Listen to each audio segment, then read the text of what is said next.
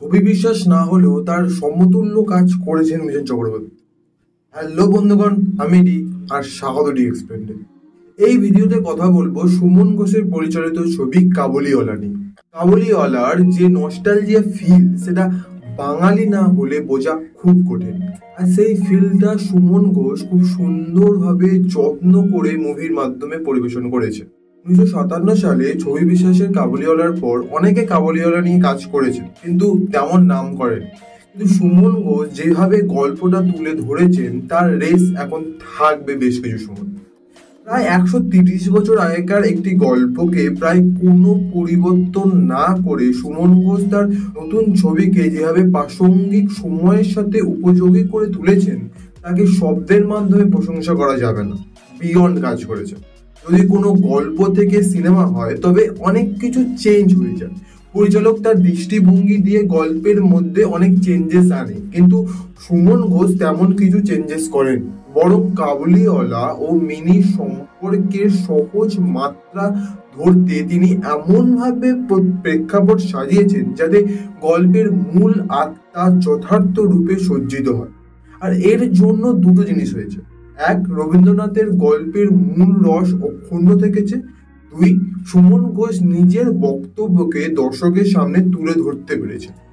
পিকচারটি বেশ বড় নয়, আর তার কারণ হয়তো গল্পের থেকে যাতে খুব বেশি পট পরিবর্তন না হয়। কিন্তু ওটুকু সময়ের মধ্যে সুমন ঘোষ যে ইমোশনাল কনফ্লিক্ট তৈরি করেছে, তাতে এই সময় দাঁড়িয়ে জাতি, পরিচয়, দেশ, সময়ের যে গণ্ডি নতুনভাবে প্রশ্নের মুখে পড়তেই পারে। এক বিস্মৃত প্রায় বাঙালি জীবনের গল্প তুলে ধরেছেন ডাইরেক্টর, যেখানে খুব সহজে ঘরে চাকরের সাথে মাটিতে শুয়ে পড়তে পারে বাড়ির সবচেয়ে ক্ষুদে সদস্য। মুঠো ভর্তি কাজু বাদাম বা বাতাসায় খুঁজে নিতে পারতো জীবনের আসল রসবোধ। কিন্তু সুমন ঘোষ এই ছোট ছোট মুহূর্তগুলোকে এত সহজ করে ফুটিয়ে তুলতে পারতেন না, যদি না মুভির বাকি কাস্ট এত সুন্দর সাবলীল কাজ না করত। আরুই থেকে শুরু করে সোহিনী সরকার, কাঞ্চন মল্লিক বা গুলশানারা প্রত্যেকটা চরিত্রকে জীবন্ত করে তুলেছে। আবি সোহিনী তো সেরা। এটা এমন একটা জুটি না, যেটা ব্যোমকেশ বা সত্যবতী হোক বা অন্য কিছু, আমার বেশ লাগে। কোথাও বাড়তি আবেগ বা সংলাপ নেই, ঠিক যতটা তেল মশলা থাকা দরকার ঠিক ততটাই রয়েছে। তবে Anumegha as a Mini and Mithun as a Kabuliwala অনবদ্য কাজ করেছে।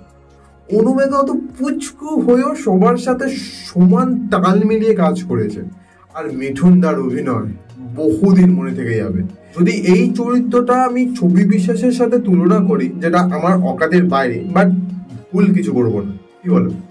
সুমন নিজের যাবতীয় বিশ্বাস এক বক্তব্য রবীন্দ্রনাথের কলম দিয়ে বলিয়ে দিয়েছে।